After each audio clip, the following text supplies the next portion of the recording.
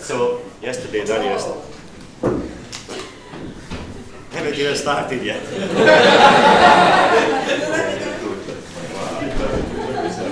I haven't made a good impression. Okay. So yesterday, Daniel started with a definition of culture. Here's another one. It's not mine. It's coming from Old Richardson classic book.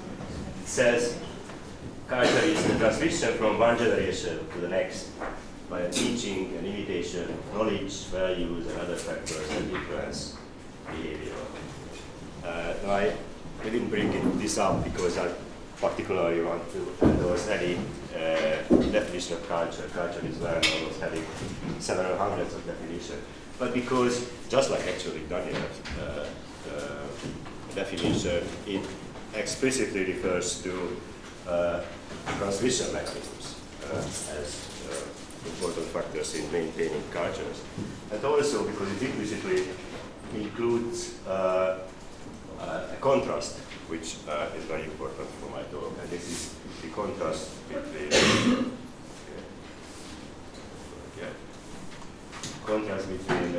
teaching and imitation.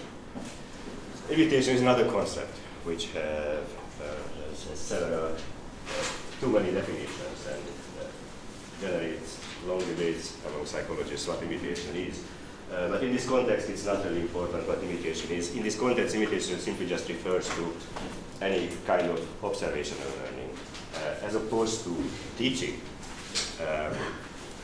in which both the source of the transmitted knowledge and the recipient have an active role of transmission, while in imitation or other kind of observational learning, it is the sole responsibility of the receiver to ensure successful transmission or whatever. So the topic of this talk is a particular type of social, cultural transmission which belongs to the second category of teaching. And we call it pedagogy, and we call it specific pedagogy, and not just teaching, to emphasize that it's not any kind of teaching, it's a particular type of teaching.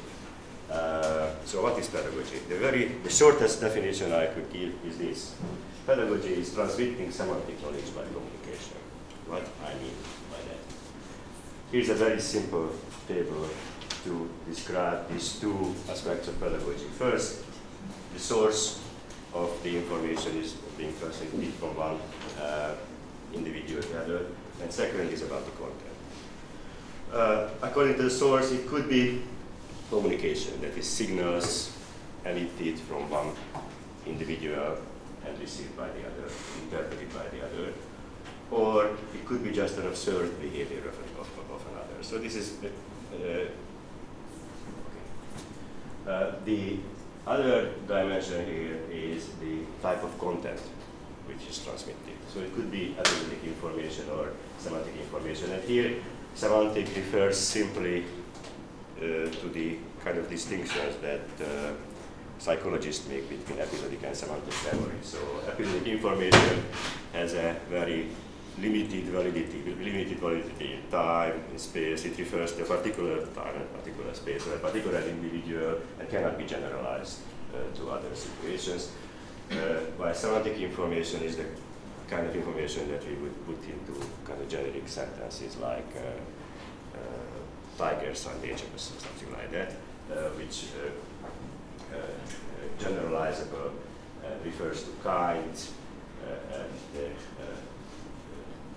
temporal and spatial limitation is not very strict here. So if we look at the types of social transmission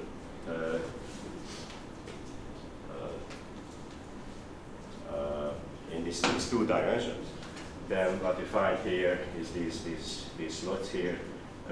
So when episodic information is transferred by simply observing someone else's behavior, so for example, when I follow you to know where the lecture is, right? That's a kind of episodic information which is it's a particular occasion where this information is valid. Then I extracted an episodic information, some episodic information from your behavior. And we know that it's not restricted to humans.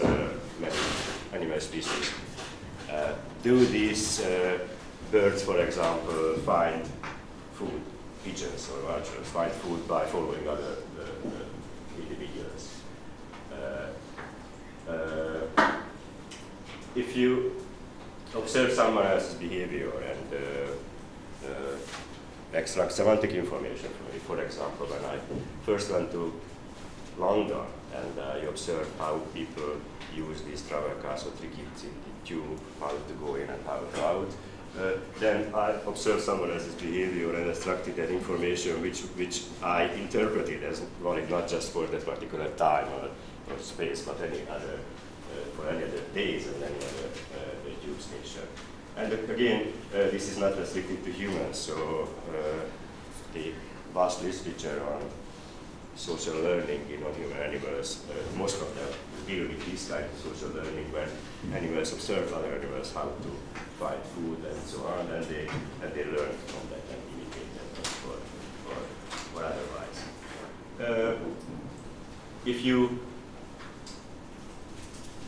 acquire episodic information by communication, it is when I tell you that I'm hungry, for example. That's an episodic information by communication. And again, something that non-human animals also do. For example, bees dance inform other bees the location of food source, a particular location of food source at that time.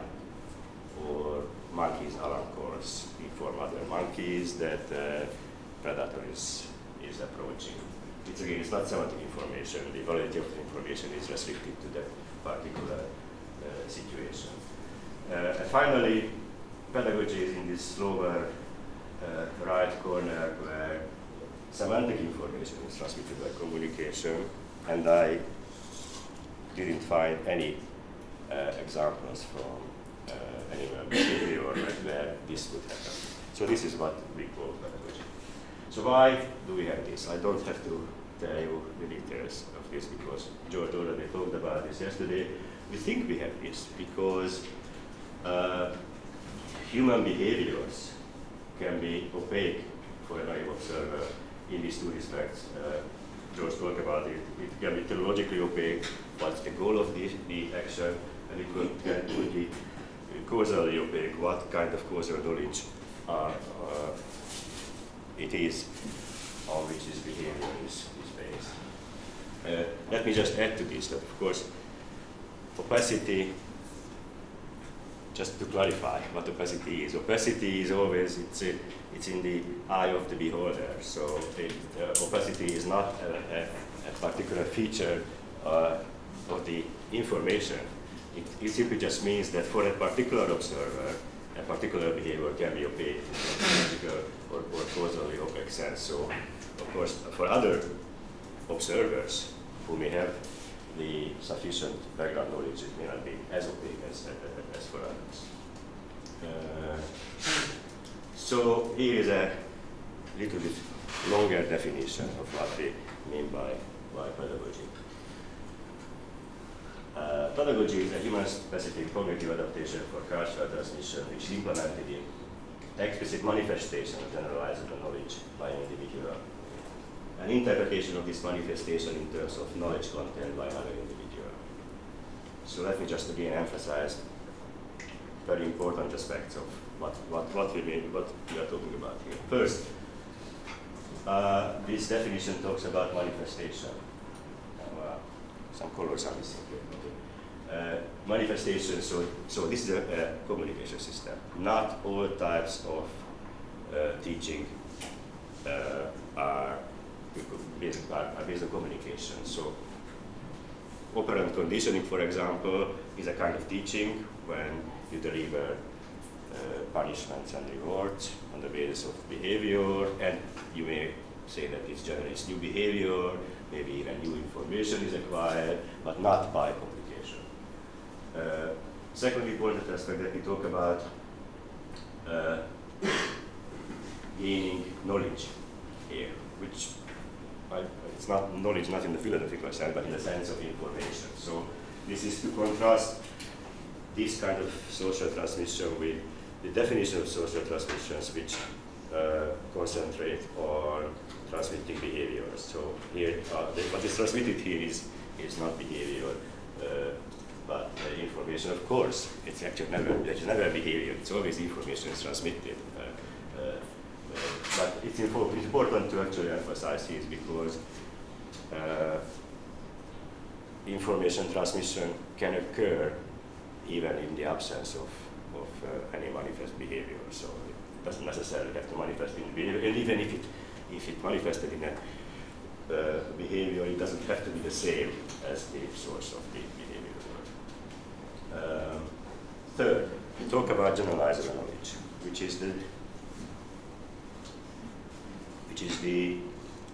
idea that this is about semantic by episodic information, as I emphasized. Fourth, the whole system of pedagogy implements a mutual design between a teacher and the learner. We are going to talk about this later on, but the idea here is that the cognitive abilities that the teacher and the learner needs to have in order the pedagogy to work are not exactly the same. Of course, they have to complement each other, and they do complement each other, but they're not exactly the same. So, in order to be a good learner from a teacher, you don't have to be a good teacher. The next point is of this definition. It's actually not part of the definition, but it's a claim that this specific cultural transmission mechanism is an adaptation. And of course, this is controversial, as we heard yesterday from Dan, and not just Dan, other people like Tomasello or Dunbar and others think that many types of cultural transmission mechanisms, and in particular, many types of teaching are byproducts. There's no specific pressure, evolutionary pressure for them to evolve, but they're byproducts of having a good theory of mind, byproducts of language, and so on. In contrast, to think that it's not. This particular cultural transmission mechanisms evolved in order to fulfill the function that it fulfills, that is to pass on cultural knowledge. And it's, again, we are not completely alone with this. Tanya also emphasized not about pedagogy and not about teaching, but there must be, this is what he said yesterday, there must be evolved mechanisms of cultural transmission. And others says this one as well. And finally, we also claim that this is a human-specific adaptation, that is, it evolved during common evolution. So, after this long introduction, today I'm going to talk about just about this last point. This whole hypothesis was generated on the basis of data from developmental psychology by reinterpreting other people's data and by data that we, George and I and our colleagues generated. But I'm not going to talk about that today because George already started to talk about it and he's going to continue tomorrow, and I'm going to talk about that next week. But I'm going to concentrate on the specific issue of human-specificity, which practically implies two claims. First, that pedagogy is uniquely human, which is a little bit stronger than we should claim. So in principle, it is possible that pedagogy could evolve in some kind of other branches of the evolutionary tree independently from humans. So, but I will just stick to this stronger claim here that it is actually uniquely human, because I think that's actually true. And the second claim is that it is universal. So if it evolved during common evolution, and if it is there because human cultures are necessary include opaque components, then wherever human culture is, pedagogy must be there, so it must be universal.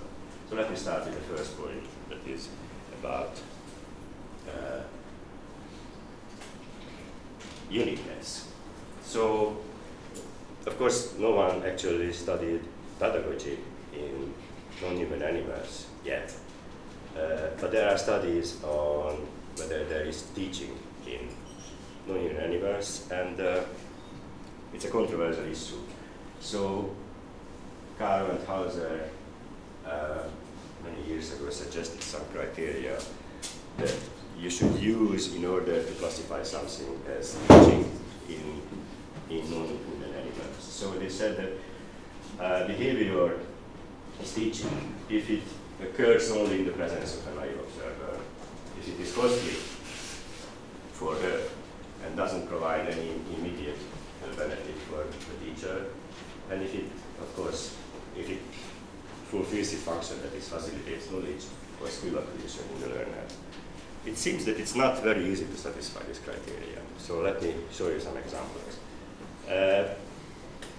Let's start with our closest living relative, the chimpanzee, and especially the chimpanzee tool use.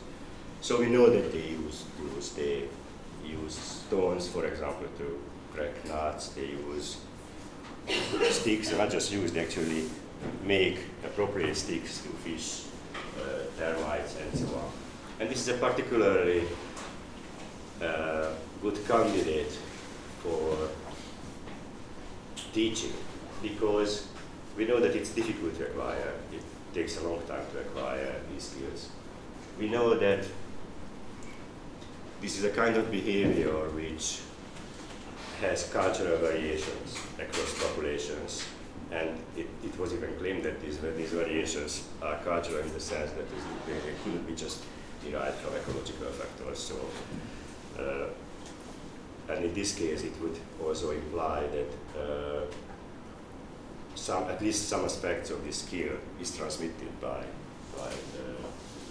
social transmission.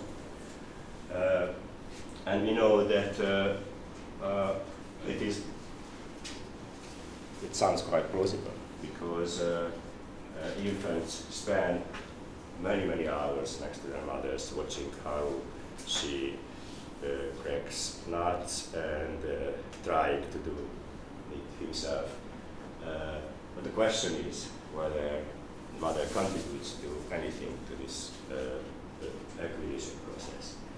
There have been anecdotal reports on teaching marketing in chimps. One of them, for example, was an example where an infant tried to crack a nut unsuccessfully, and then the mother sitting next to him reached over and turned over. I don't remember whether it was the hammerstone or the nut itself in a better position. And the hammerstone. Yeah. So for a human eye, it sounds very intriguing that this is actually the purpose of this behavior was to show the child how to teach. The problem is that unfortunately this was one of the examples of two, and it was one example of two into 12 years of observation. So if these two observations in 12 years represents how chimps teach, then it probably I would be reluctant to say that it is really teaching. And of course, it's not just me. All the primatologists I talk to are very skeptical about these two examples that they really represent teaching. And it's not just because there were just two observations, but because in other populations there wasn't any observation of teaching by people who I know that they wanted to find something. So it was the nature paper, if you could demonstrate teaching in chimp study, they didn't find anything that they would classify as teaching. So let's see another example, which could be possibly a plausible candidate for teaching, for example, food preferences. So many species learn food preferences in their development. both by individual learning and by social learning as well. So it sounds plausible that that their parents or kids who have some interest in their development would facilitate this kind of learning. There have been suggestions like that in some primate species which are cooperative breeder species, which means that they live in groups and they collectively protect and care for the youngs and actually feed them. And not just feed them, they feed them by giving them food items. And it was observed that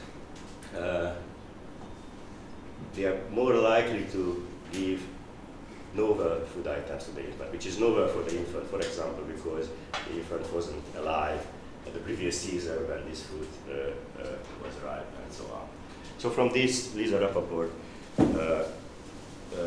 concluded that a particular function of this behavior could be to actually teach the infant that this is a kind of particular food.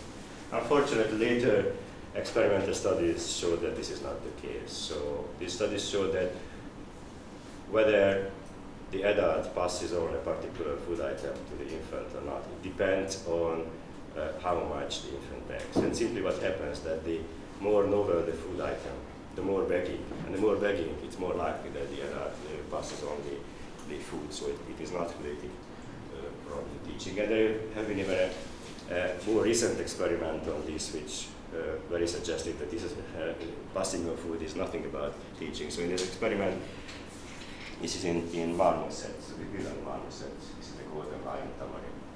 So the experiment was in marmosets where the experimenters gave food items to the adults, either familiar or novel food items, which were novel for the adults as well, not just for the infants. And within the novel category, there were good food and bad food, so palatable and unpalatable food items. And of course, they replicated that it was more likely that the adult passes on the novel food item than a familiar food item. But they also found that it's more likely that she would pass on the unpalatable, the bad food than the good food, which of course understandable. This is bad food life. So they don't want it, they pass it on, but it makes it very unlikely that the function of this behavior is teaching. Another example here is Jeff Galeff's work with rats, who we know actually that they rely on social learning in their food preferences. They do this mainly by olfactory cues. So whatever food smell they feel on the mother, later on they will prefer that kind of food. So it's a kind of social learning. But the question is whether the mother does anything particularly in order to facilitate this kind of learning. And careful experiments, I don't want to go into it because I don't have time, it was shown that no, even if you provide very clear opportunities here to actually model food choice for infants, they don't do that. So, but there are more recent examples in the literature which have been claimed about teaching. So this paper in Nature last year claimed teaching in ants. So this particular ant species, they are called tandem running ants because they run in pairs. And the pairs are composed of a teacher, so a guider, and a learner. And because this is a knowledgeable individual in a sense that it knows a particular food source and guides the other one to keep the food source.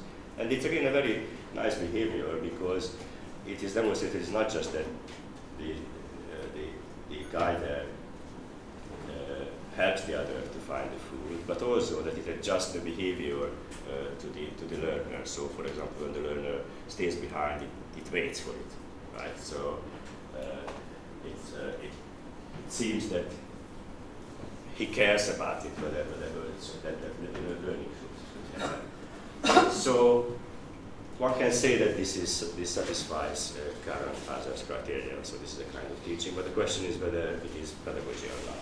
And of course it's not. It's not pedagogy because it's not about semantic knowledge. It's a particular episodic information about a particular food source. So in this sense, it's very much like bee dance, right? Which again informs other bees about a particular food source. It's communication, perhaps, but it's definitely not the teaching. Would there be a tendency that after locating the food and eating the food, later to come back to the same location, as if they would learn that, you know, this is like a food, where food or it is demonstrated that the learner learns it, so it comes back several times until the food is there, but not any longer. So I mean, that's the nature of food sources. They're depleted. But next day after depletion, it's not coming back. No, I don't know any demonstration of that. So, yes. Just another question. Is there any evidence that the teacher now knows that this particular learner is no longer naive? Not in the paper.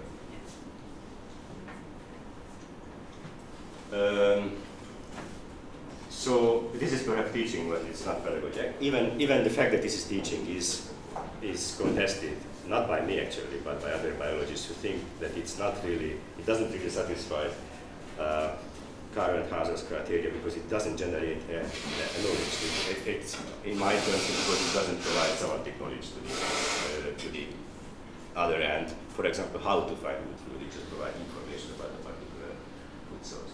But there was another report last year which is suggested that this is real teaching here, and this is in meerkats. So meerkats, again, this is a cooperative breeder species, so they collectively raise infants and provide food with them. And their favorite food is scorpions, very juicy scorpions. So what was demonstrated here is that when these pups emerge from the den first time, right, the adults catch them scorpions and provide them. And they provide them in 3 different forms, either dead, which is good, it's edible straight away, or just disabled, so they remove the stings, which could be very dangerous for the infant scorpion stings, or alive. And also it was demonstrated that whether they provide them in various forms, whether dead, alive, or disabled, depends on the age of the infant. It depends on the perceived age of the infant. The younger the infant, the more likely that they actually kill or disable the animal, the scorpion. And they also showed that this is costly behavior. Sometimes they give the scorpion to the infant and it just runs away, so they lose the food item. And also that it actually facilitates learning. So those who get more disabled scorpions are faster to develop the skills how to actually handle them. So this is not a question whether this behavior satisfies current Hazard's criteria. That's the function of this behavior to have youngsters to learn this particular skill. Of course, it's not completely new. This is a very nice paper which, because it experimentally demonstrated all the elements you need to satisfy current Hazard's criteria. But the behavior is known before. It was reported in cheetahs, various birds of prey, and it's called in the animal behavior literature as opportunity teaching, which is a very appropriate term for it because what this teaching does, it provides opportunity for the infant to learn. But that's also very important from the sense that this is all it provides. So it doesn't communicate anything to the infant. It doesn't demonstrate anything to the infant. It just changes the environment in a way that facilitates individual learning. And this is again not restricted to meerkats or animals, humans do that as well. This is what is called in developmental literature scaffolding. This is Brunner 48 or something like that. So it's very long. Humans do that as well. We arrange children's environment in a way that will help them to learn various kind of things. But so this is teaching, but it's not pedagogy. Communication is not involved at all, and in particular, the information to be acquired or the skill to be acquired is not communicatively demonstrated. So, at the moment, I would conclude that teaching, that is behaviors that facilitate knowledge or skill acquisition in the young, does exist in non-human animals. But it's not easy to demonstrate, but it does exist. Information donation, that is communicating episodic information, also exists. But pedagogy, that is teaching knowledge by communication, has not yet been found in non-human animals.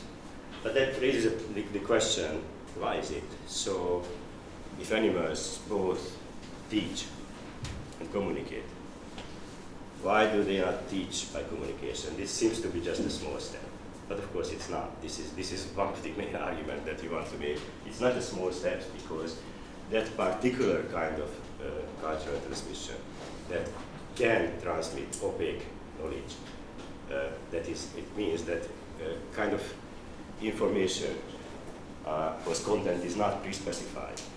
It requires a special communication system, so it just doesn't come out from the fact that they can communicate from about pre-specified information, for example, bees about food source or monkeys about predators. And of course, the other reason here why they don't have it, because they don't need it, because they don't have that kind of opaque culture, which is the characteristics of all human cultures, so they don't need it. Of course, you can create this situation in the laboratory. This is what Jeff Galef did. So you can create a situation in which case it would be actually particularly useful for the rat mother to teach, demonstrate, or model food preference for the young. But these are probably not very frequent in their normal environment. So simply this kind of social transmission mechanisms it just didn't evolve. But this leads us to the second question about universality. So if pedagogy is there to help to acquire opaque knowledge, which is the characteristic of all human culture, then pedagogy must be there in all human cultures. But is this the case? This is even more controversial than the first claim that non-human animals don't teach. Let's start with a paper by Andy Whiten and colleagues. It was called Cultural Panthropology, where Pan refers to the genus where chimpanzees belong to. And in this paper, they compared human and chimpanzee cultures, compared with the specific aim to demonstrate that although there are obvious differences between human and chimpanzee cultures, these are mainly just quantitative differences, not qualitative differences. So they contrasted human and chimp cultures at 10 different dimensions, which have been claimed to be specific to humans, and practically find that in all of them there is no difference. Or if there is, that it's a quantitative difference, not a qualitative one. But notice that they have a particular, or a contrast here, teaching, where the claim is that there is no difference between humans and chimps because chimps don't teach, but humans don't teach either. Of course, they don't mean that no human ever but what they claim that it's not universal. It doesn't exist in all human cultures. So here is what they write. However, the role of teaching in the human case must also be questioned. In observational studies of everyday interactions between children and caretakers, relatively little sign of over-teaching was found, particularly as a region of African society. Anthropologists appear to have come to similar conclusions, in particular to the extent that anti-gallery societies provide the best models for the kind of childhood experiences likely in the repeated part of ancestral pre-agricultural human life. A repeated message ethnographers is that little over-teaching occurs among foraging peoples. So let's see the evidence, what they offer for this. The first evidence they offer is studied by Whiten Milner himself, where he spent some time in Nigerian village and observed infant-mother interactions for long, long hours, and then classified the types of interactions occurred here. Here is the relevant part of this classification system.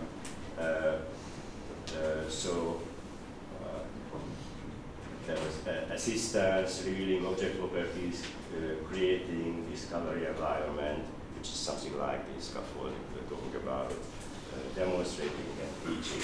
And indeed, what he found here, that there wasn't any examples of teaching in this society. But of course, this conclusion depends on what definition of teaching he uses. And for him, teaching is demonstration and supporting of the imitation practically, supporting of the same action. And this is what it is defined. But there are other items in this classification system which are more relevant for pedagogy. For example, demonstration, which is the prototypical kind of pedagogical act, or revealing object properties. Both are explicitly defined by providing information for the young about object properties or about how to do something. And you can see that these are not non-existent. Actually, revealing object properties was quite frequent, and even demonstration was there. And even demonstration was there, and this table refers to interactions between mothers and very young infants. I mean, infants below 1 year. So when he looked at the same interaction types in older infants, so above 1 year, there's actually demonstration becomes frequent as well. So there is no indication here that the pedagogical interactions wouldn't occur in society. The other interesting contrast here you can make is between humans and non-human animals. And Andy Whiten did that actually. So he observed a gorilla mother's interaction with her son, again for long hours, and classified it according to the same system. And this is what he found. There was no demonstration at all. There was no teaching, of course, but there was no demonstration at all. There was just a single occasion of something that he classified as revealing object properties, and this was where the mother took the infant by one of the leaves and dangled over a cliff. And he interpreted this is that the purpose of this behavior was to demonstrate the infant how dangerous the cliff. Whether this is a correct interpretation or not, I mean, it's debatable, but even if it is, it's obvious that this is not a kind of communicative demonstration, communicative revealing of object properties. Right? So there is no evidence here of absence of pedagogy. Let's see the other evidence that we offer. This other paper by Hewlett and Cavalli-Sforza was a study, a large-scale study that these anthropologists did in a West African society, where they asked almost every member of the society how they learned their various skills. It was a long list of skills, how to cook, to how to hunt, to how to dance, how to mate, and so on. And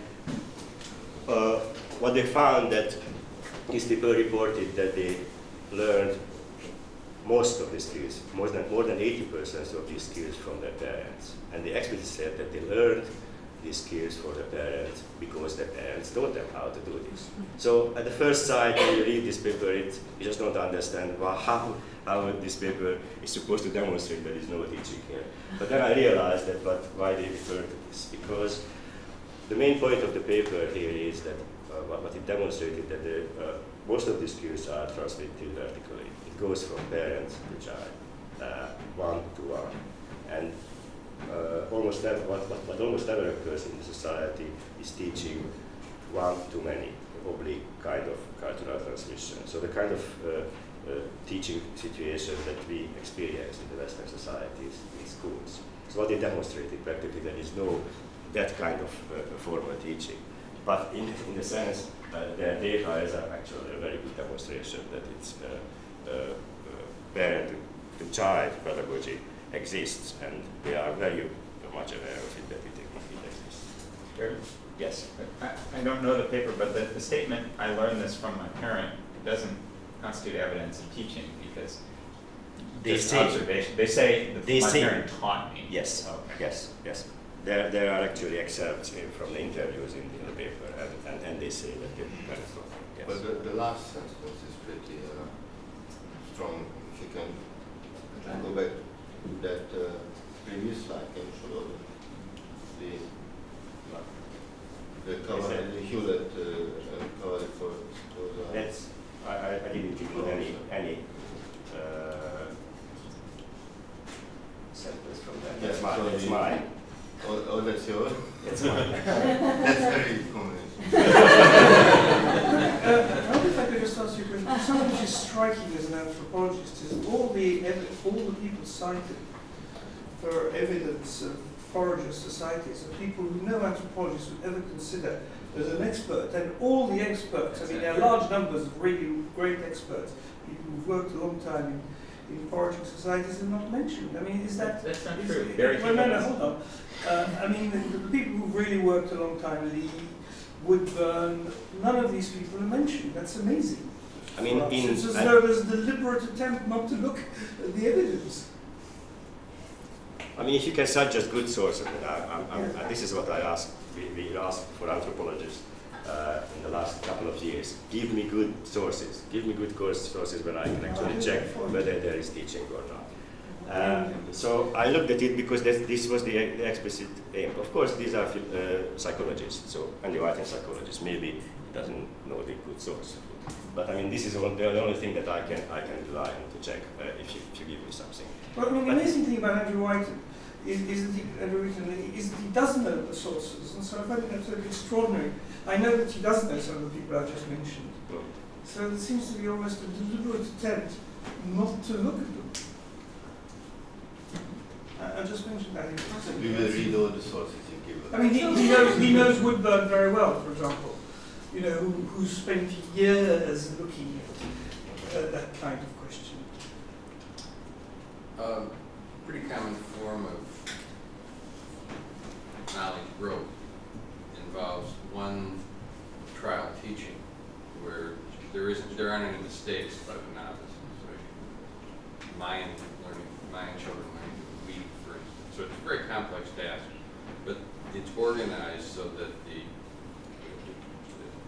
novice never makes a mistake doing it.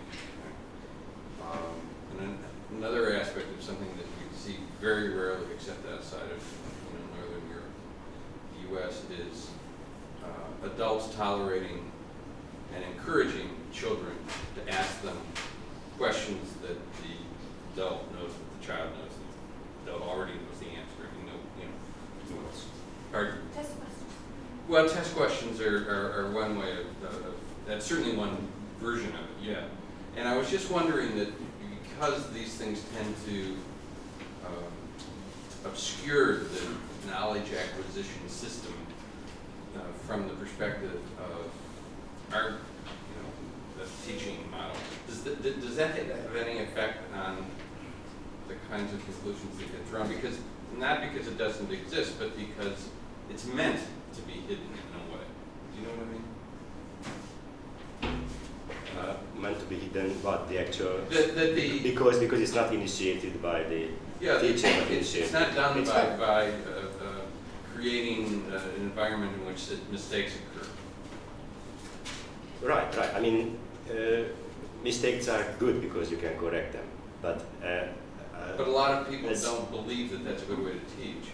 Right, and it's not included in the definition of pedagogy. So even if you just demonstrate something to someone which generates semantic knowledge, this pedagogy, according to the definition, it doesn't necessarily require giving feedback, checking whether knowledge acquisition occurred, or that doesn't include. Of course, it helps a lot. This is a particular addition for teaching, but it's not a requirement here. And we are going to discuss, I guess, the pedagogy details. I just want to go through. Okay, so this is a very difficult exercise here because we always hear these claims that there are societies where no teaching. But this question is not decided by voting, right? Whether anthropologists vote, okay, there is no teaching. It's decided by evidence. So I'd like to see evidence of that. So this is the only thing that I could do. Whenever someone offers evidence, I go and look at it. And this is what I do here. Let me just add one point of demonstration. Is what would follow from the theory is that there is some monitoring or awareness of the level of skill of the learner. So what you demonstrate is that's the recipient design in the sense that if it's not relevant for him because he already knows it, you're not going, and you know that, you're not going to demonstrate. So that does not involve correction or but does involve monitoring. Yeah. But it's monitoring not always easy to identify as a demonstration as opposed to just doing whatever they're doing. So you can do selective demonstration where there's partial skill acquisition has already taken place. So now you demonstrate a part that is being done wrong. It would be a very good example. There is just demonstration which has a strong recipient design. So you know how to hammer a nail in, but he holds the nail the wrong way, so it doesn't succeed. So you just kind of emphasize that aspect. Okay, so the third point that they offer is this Draper chapter in a book on the Kum. I don't know how to pronounce it because it includes some click, which doesn't even in Hungarian, doesn't it? So let's just call it Kum. So this is people in the Kalahari.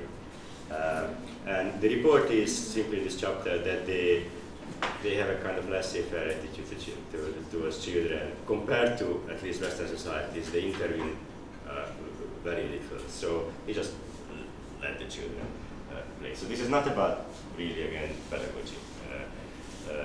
But if you want to measure pedagogy by this one, of course, pedagogy involves some kind of intervention.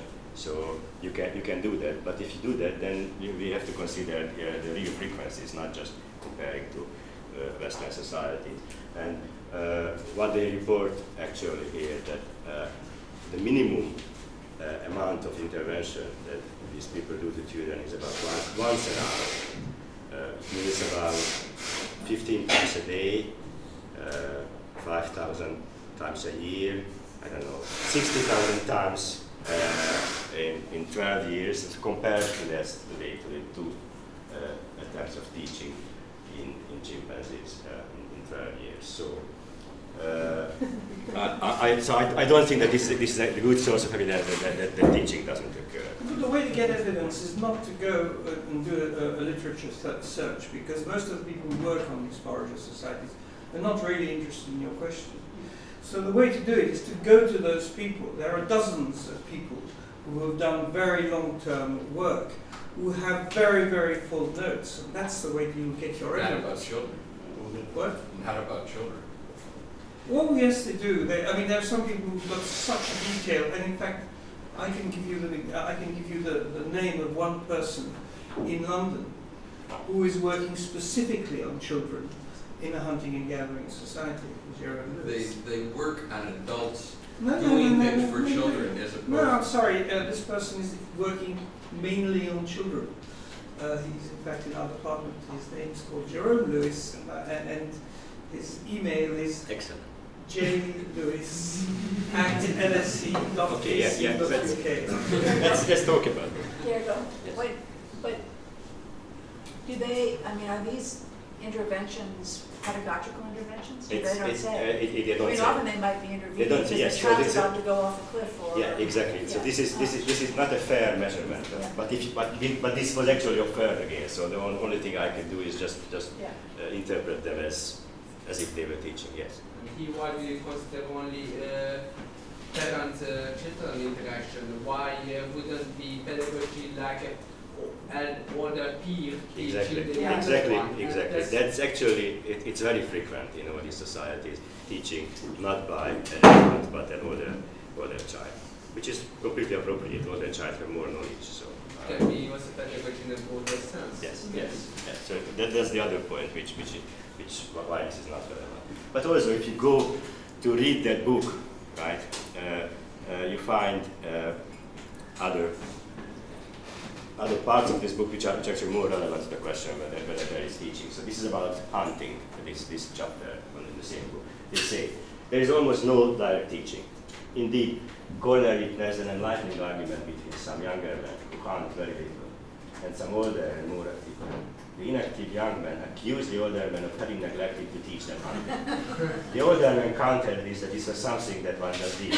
You teach yourself, a very common phrase among the cool, would be applicable here. Of course, this is evident. I can accept that this is evidence that they don't teach hunting. But of course, it's also an evidence that they have a concept of teaching, right? It's not answers to the anthropologist's question. This is their own discussion about teaching. They have a word for teaching. Why would they have a word for teaching if they don't have a concept of teaching? And that the default expectation seems to be teaching. So what you justify is why you don't teach. You don't justify why you teach. So I think it's really enlightening from that point of view as well. I'm going to tell you some more things, but I can expect you to say, "Oh, this is not the good." I'm considering the wrong evidence here, but only I can do is to consider evidence that I will refer. So, I can just summarize here. Alan Fisk has a paper which was not published, but it's well known among anthropologists, and it's published on his website, so you can actually find him, and you refer to it actually, which is a long paper arguing that in traditional societies there is no teaching, practically. This is what he says: children learn most of their cultures on their own initiative without pedagogy. And he cites many other anthropologists.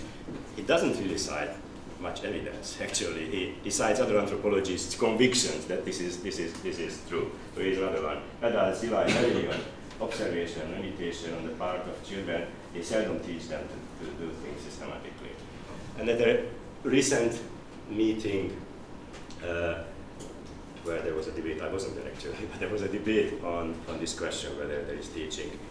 Another anthropologist suggested to us to read this book,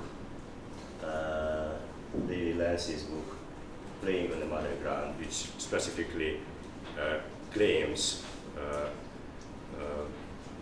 that this is about, again, a West African society called Kral, something like that. And the main message of this book that in this culture, children learn all their cultural knowledge by just observation and participation, but not by teaching. Is it a good source? No, not really. But there's an association. I mean, there's an association. We have witnesses here that we were specifically I mean, there's an association of people who work on foraging societies, who meet about every year. You know, they're the people you should contact. But you contacted Joe Henry. I mean, this man is in it. Your Margaret Mead one case example aside, which I'd have to, like they don't do it that way in Pago Pago, therefore you can't make the adjournment. No, really, there is an overwhelming evidence from anthropologists that they do not pay attention to children, and that their theory of learning is if the adult does it and then the kid does it later, the adult taught them. And if you read the literature, for instance, in linguistic anthropology, they say, look, they learned to speak because the adults spoke to them. Yes, of course. And you know, this is not a particularly strong piece of evidence that this occurs. There's an overwhelming bias that adults organize the world in ways that make knowledge acquisition possible without any attention to the contribution that the children make. And it's going to be extremely difficult, given that, to find convincing evidence in the anthropological literature, not because anthropologists are bad, they just don't pay attention to children. Yeah, but can I Yeah, suggest it's that not true because- anymore. Oh, Marie, it is true. I mean, it's just,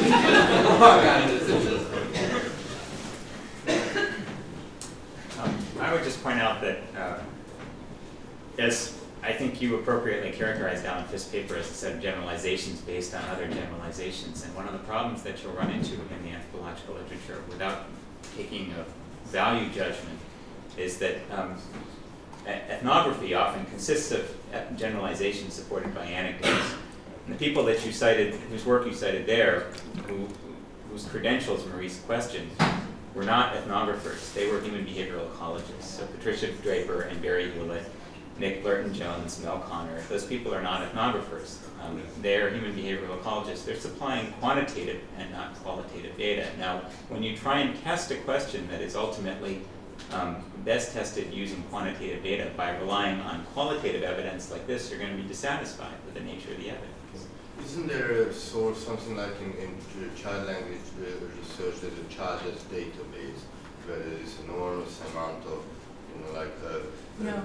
But this is the child language, for example, is a great example. So Eleanor Oakes says, in Samoa, there is no motherese. Parents do not talk to children. This is an ethnographic generalization based on a set of anecdotal observations. When in fact you look at it quantitatively, you see that that is not true. Exactly. So go and read the paper, because we always just read these generalizations from them. They don't talk to children. There is no. If you go and read the actual report there, it turns out that they don't talk to they don't talk to children because they believe that children are stupid, so you can't talk to them. So this is more like a generalization on their belief. But if you look at what they do, they don't talk to children before they can manage to say 2 words, milk and mama, which probably they can do about 12 months of age. So they start to talk to them exactly the time when they start to learn vocabulary. Second, they don't talk to them, but they talk in the name of them, right? They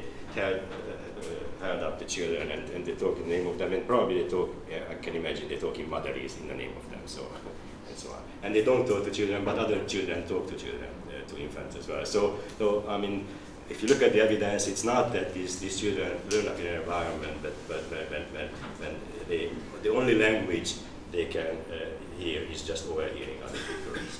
If you just look at as much evidence as possible, that's the shut up. You should look at as much evidence as possible, and that's the point. You know, there is evidence, and you should look at it. But I actually, I mean, He keeps asking people to tell him we what make the evidence is. we make a strong point. It's empirically testable. We make the point that we think that there is no society, there is no teaching. It's very easy to falsify. We just offer a single culture where there is no teaching. But I need evidence, not just conviction. Give us a grant to go there. Well, that's precisely so. Can I make my point, which is that I think you're never going to find in the ethnographic reports the kind of thing that you're looking for. What you need to do is to get, you know, it's the kind of argument I presented yesterday. Why did I go to do the work I did on Ovaism? Because there was a claim there that said that these people weren't doing certain things.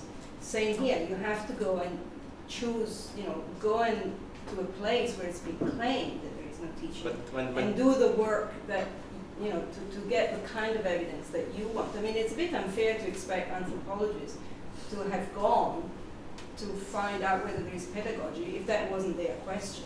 But it So- is. I mean, it's not. It It's is not. the question. We claim that culture is overwhelmingly learned, Sure, but that's, and, you know, and that's we the provide no anthropologist- evidence that's as the anthropologist's Gergely problem. noticed. And Well, that's of course fine, it's I agree overwhelming, with yeah. you, but the point is that, you know, you can't read ethnographies and and expect to find That I it. agree with. Point of order, maybe you want to finish your presentation. I mean, the most of the thing that I wanted to go into this book, but I'm not sure whether I have to do Or it. give us two, Go ahead, go ahead. Okay. Please don't interrupt me. Here's a page from the book where there is a section title. He's saying why the Quelle don't see themselves as their children teachers, and the previous section, the conclusion is parents influence children by example and by setting limits on their behavior, but not through direct teaching. Now again, if you look at this, is actually a conclusion here.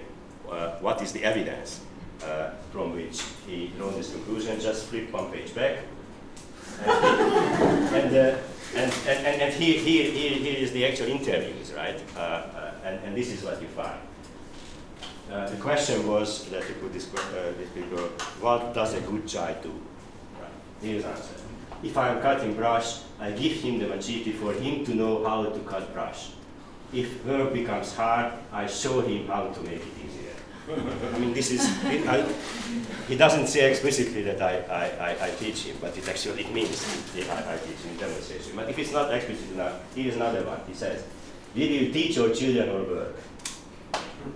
I mean, of course, it depends on what he means by that, but it's a very long leap from this evidence to conclude that they don't teach. Right? If you read what he means by that, if a child listens to you and you explain things to him, he will give you and so on. So I mean, it's not a question whether it's about teaching. And on the same page here, a girl who is trained will take her mother's steps. I mean, training, I don't think that there's any concept of training which doesn't include teaching. Or he says here, if I show him all the different kinds of work we do, and he doesn't want to work, I will send him to school. So he thinks that, so he thinks that whatever he does doesn't work, then school would be a good replacement. So, okay, and I mean, if you want to read it, I have many. I'll put this on the website so you can read all the things that I got. So I don't want to go into because you would say that it's not fair, right? But I mean, It's fair. We have witnesses here. We were specifically offered this book, right, as a good source of evidence for a society where there is no teaching. Except there's schools. So, I mean, there are many societies where there never be, where there are no schools. Those are the ones you should look at. Go on. Okay, so finally, so why is it? Because I try to understand why does it happen, not just with Alan Lance's book, but also with the Fisk paper and other anthropologists' insistence that there is no teaching. So why is it that we draw opposite conclusions from the same evidence? I think so. One problem is that probably we have a different notion of teaching. Of course, we have a specific, we talk about very specific teaching, which is communicative teaching, but it's not a question whether it's teaching or not. But if you read what Lancy and Fisk considers teaching, it seems to be that they mainly consider verbal explanations, giving verbal explanations of what you believe and why you believe, and justify what you believe. And I accept that. I accept that that's actually not, may not be universal. And even, I think in our society, it's quite new. I'm quite convinced that even 100 years ago, most of the even formal teaching was not done by giving verbal explanation, just by rote learning how to do think, how to read, how to calculate without any explanations. I think it's even in Western society, it's a quite new development that it becomes a norm to justify for your children the knowledge that you want to pass on. So that's one source of controversy here. But of course, you cannot just restrict teaching to providing verbal explanation.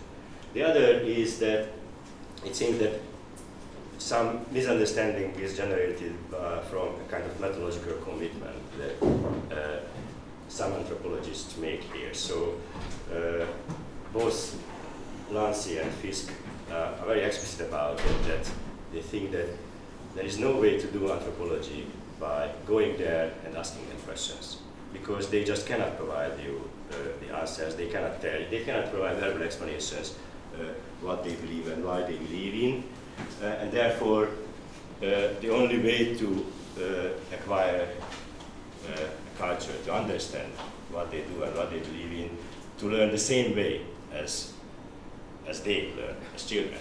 That is imitation, observation, and participation. But of course, that's again a too long jump of conclusion, because they don't offer verbal explanation. Therefore, they simply just don't do anything for the children in order to. And I'm quite sure that when anthropologists go into the society and try to learn the culture by observation and participation, they are not just let alone. I mean, I'm quite sure that they are also offered some help in terms of communication, or whenever it seems that it's difficult to understand what to do and how to do, then the informants will actually help. In other words, will teach. Just a clarification question. So that demonstration is not teaching. Demonstration is teaching. But that it just demonstrates, but don't communicate that. Yeah, okay. It depends on what you mean by demonstration. What a demonstration means, that's what the words mean, right? To make something explicit for other people. So if that's definitely that's the prototypical type of teaching, when you make some kind of knowledge explicit in your behavior for other people. There may exist. Nigeria, just I remember about the teaching in Nigeria. There was this demonstration teaching. I mean, I had the feeling that demonstration is not really teaching, because yeah, that was Andy Whiten's classification. Mm-hmm. He thinks that demonstration is not teaching, but not you. So you don't. Not, I mean. So you no, think not demonstration is pedagogical teaching? Exactly. Okay. Exactly. Right. Third,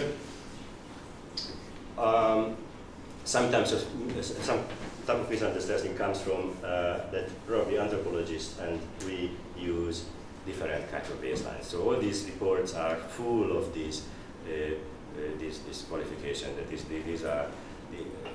behavior occurs infrequently, occasionally, not much, and so on. But of course, these are relative terms. Compared to what? Not much compared to what? And I actually have I think that implicitly the comparison here is how much we teach for Western society. It's a little bit ironic because this is what they want to avoid. But implicitly, when they say that it's not much teaching, that they actually compare to how much we teach. But I think if the question is about universality, then the proper, at least for our purposes, the proper baseline of how much teaching is not for Western society, but how much non-human animals teach. And compared to zero, even those cases which actually I skipped over, even those are very, very frequent. Okay. And third, and it's relatedly, many times these claims compare how much children acquire from teaching compared to how much they acquire from pure observation and imitation. And the conclusion is that children learn much more by imitation, sort of pure observation learning, than from teaching. And of course it's true. We never contested, the pedagogy was not meant to replace imitation or any kind of observation learning. It's additional, it's supplemented, and it's supplemented only when it has to. It only supplements it when the knowledge is so big or so important to learn it fast that it cannot be acquired in any other way. And I guess even in our society, most of the cultural knowledge that children acquire is not by teaching, but by imitation, observation. And it is just like word learning, for example. We know that most of the words children learn, they don't learn it by someone telling them what the word means, right? But we also know, okay, relatedly, that when you do that, they learn it much faster. They learn it in 1 or 2 trials, as opposed to when they overhear it, then you have to, they would need better evidence about the meanings of word. Okay, and I think I stop here. I just summarize here. So this is what I claimed here. Teaching is rare, but may exist in non-human animals. However, pedagogy, that is semantic content, that is teaching semantic content by communication, is absent. And that there are enormous differences among societies in their educational practices, but there is no culture where some kind of demonstration of cultural knowledge, skills, artifact functions, conventions, and so on, noises would not occur. And these are two empirical claims. There are 2 empirical claims which are very easy to falsify. Before I actually see counterexamples, I think it's a plausible hypothesis that pedagogy is human-specific. I'd like to turn back to the question of demonstration, because the point that I was trying to make yesterday with that example of this teaching of martial arts in Sumatra is that demonstration without scaffolding doesn't necessarily address the opacity problem. If you see somebody demonstrate with pedagogical intent a skill that is much more advanced than your current learning level, the transmission is actually quite faulty. I mean, but depends on what, intent is not enough. You have to actually demonstrate. We are going to again talk about this, but as George mentioned, pedagogy implies taking into account the knowledge state of the recipient, right? So if bad demonstration. If you demonstrate without taking into account what the other would know and what the relevant piece at the stage where he is would be, then it's bad teaching. Even if you have the intent, it's not really. It's the kind of bad communication which doesn't really comply with the norms of communication. I think we should really open this up now as a real discussion to the students as well, and not only to faculty. Yes. I'm not clear about the distinction you make between extensive communication and pedagogy, because you say that cases like teaching methods are cases where you need to decipher the situation. You say that animals can communicate and they can teach, but they don't do both, but you don't make a difference between the kind of communication that's made to animals, namely decoding and encoding, decoding, and what we do, namely being aware of ostensive cues and picking out in situations what people are trying to communicate to you ostensibly. And when you talk about demonstration, to me, it's a pure case of ostensive communication. Exactly. So I'm wondering what difference it makes to postulate that we're equipped with pragmatics rather than equipped with pragmatics and pedagogy. Okay, they are not different. Pedagogy is nothing else by ostensive communication, by including all the pragmatics that have been described. And the only difference here is that we specify the content. That the content here is ostensive communication of semantic information, of knowledge, not you can ostensibly communicate episodic information. So, I want to point out that something where is something that the remote control is there, that would be an episodic information, and I can ostensibly communicate to that. That is not pedagogy. Okay, so would it be would pedagogy be sort of a submodule of pragmatics, something like that? Because you seem to say that it was a special adaptation, but then in your answer you seem to say that actually pedagogy is a sort of a sub-kind of what pragmatics is doing. Yeah, you can describe it. This is, but yes, you can describe it that way. But that would be an even stronger speculation, which I'm happy to make, but I cannot defend here. But the idea here is that the whole system of ostensive communication evolved in order to be able to teach in this sense, in order to exercise. So not communicate. But that's a kind of communication, right? But that's for the original source. And I could argue for it, for example, why pedagogy has to be ostensive, has to be inferential. So why pedagogy actually requires some of the special properties of human communication described by pragmatics. And I think that's a good argument that these requirements would create an evolutionary pressure to actually create that kind of communication. But that's, of course, it's not an evidence that this ostensive communication evolved for that purpose.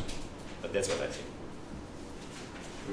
In terms of evolutionary speculation, you can take a line that totally speculatively that this is the first restricted domain where communication has evolved, and that was restricted for semantic communication.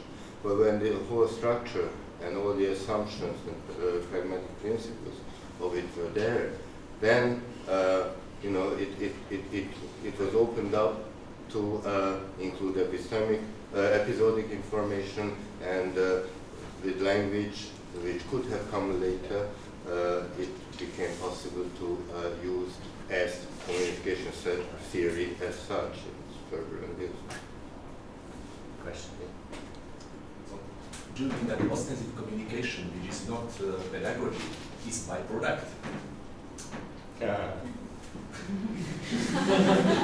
It could be an acceptation. Yeah. It's not byproduct in a sense that it's using an existing system for some other purpose in acceptation. Yeah. So in that sense, which. Yeah. But don't you think your argument is somewhat circular when you say that the pedagogy had to evolve because we had opaque cultural knowledge to transmit this knowledge? Right. But I mean, where did the first knowledge come from? The first cultural things. Yeah, very good. I mean, that's going back to George's argument yesterday. That why do we have at all opaque knowledge here? And we actually think that this is simply a derivation of human to use, not human to use, which is very different from chimpanzee to use because it includes two elements. First, it includes thinking about objects as tools even when they are not used, as having some kind of permanent function, right? Even when they are not used for that. So I don't think that a chimpanzee walking in the forest would look at a stone and think, I could use this for something, right? But this kind of thing happens to us, and we know that infants are very fascinated with objects which don't give them anything, but give them opportunity to discover what they are for. So this is one aspect. But the other more important aspect here that as soon as you have this, as soon as you think that objects, are valuable even when they don't provide you anything at the moment, right? They can be the object of desire. So you can make tools to make tools, and it becomes recursive and becomes completely opaque for an observer. So this is where we derive the need. The opacity of human behaviors. But you are right. As soon as this opacity exists, and as soon as there are cultural transmission mechanisms, actually not just pedagogy, others as well, which are designed to acquire this kind of opaque knowledge. But to develop tools, you already need communication, transmission of the knowledge of how to make tools. No. Chimps make tools. Yeah, but they don't have this functional fixedness. Right. It has to be there before you come to the point where you evolve the pedagogy system. No, I guess in a long time people make tools, very simple tools, and exactly the same tools all the time, and in a little bit opaque, but you can acquire them just by observation, statistical learning. You can just observe what other people do. You heard it for years, right? You see, but you slowly you realize the connection between this particular behavior and some kind of outcome, which is later, it's more difficult to do than the learning when you see both the behavior and the outcome at the same time. But you can slowly start to learn that, right?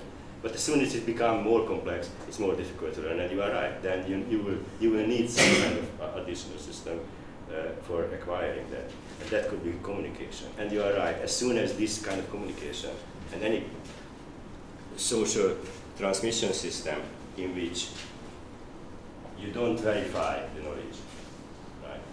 Because you just trust the others. Because you can't verify it because it's opaque. You just trust the others. And this is the way to do it. That is a good way to do it. It opens up to for generation of other opaque practices, which will be passed on even if they are not effective. Can I just add one No, sentence? don't add anything. Okay. Yeah, that's, when you ask questions, students, you name yourself. Yes, please. Could you name yourself? I'm Elena Enrica, and I'm from Stanford. So it just kind of sounds then that, are you suggesting that humans somehow develop like abstract thought, so like thoughts about displacement in time and space, and then pedagogy? Because how would you know that an object is opaquely transparent without knowing it could be used later without knowing what the user is? And then why would people develop abstract thought? Or is it not what you're saying? Of course, tool making implies lots of things, especially complex tool making. So thinking about future, for example. So that's true. As soon as you are involved in recursive tool making, it implies that one and planning. But it doesn't necessarily seem to be human specific. So there was a recent paper in Science from the Leipzig lab. I don't know all the authors, which it showed that even chimps and possibly even orangutans as well, they can actually think about future next day, and they can store tools when they actually know that next day they will need them. But they don't store anymore. So it's not. They don't store. They don't think that this is a permanently a tool. And also a recent report in Nature about some of these crows. I don't know which kind of crows.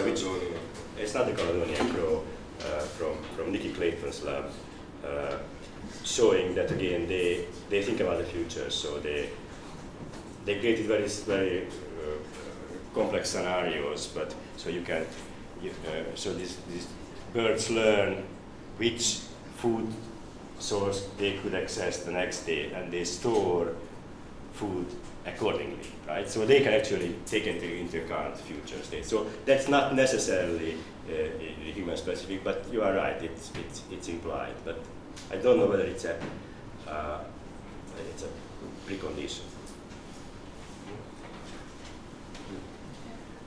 Just in defense of anthropology somehow, I think there are some studies, especially dealing with how children acquire some knowledge. I just happen to have advantages about language acquisition in the kind of rules that just very specifically on how children acquire and how mother correct them and tell them how to say different how they should beg from other people, and Christina Torre from how children learn about hierarchy in Fiji. So I think, some anthropologists are really concerned with these things. Well, I have the feeling they usually find, these two find out there is a lot of pedagogy implied. So, well, just to say. Thank you. And now in Nanterre also some of the students PhD work on different types of acquisition about children. So I have the feeling there is a new generation maybe starting to be obsessed with how children learn. Maybe there will be a counter play. It's good development. Yeah. Tamás Miho, and I'm a little bit still unsure about how strict distinction you can make between episodic memory and semantic memory, because and also in animals how you we can be sure that it's only observation and that there is no communication going on, because I'm not a biologist myself, but I wonder how much we can measure the communication, or maybe informal, non-verbal, quotational communication going on between animals.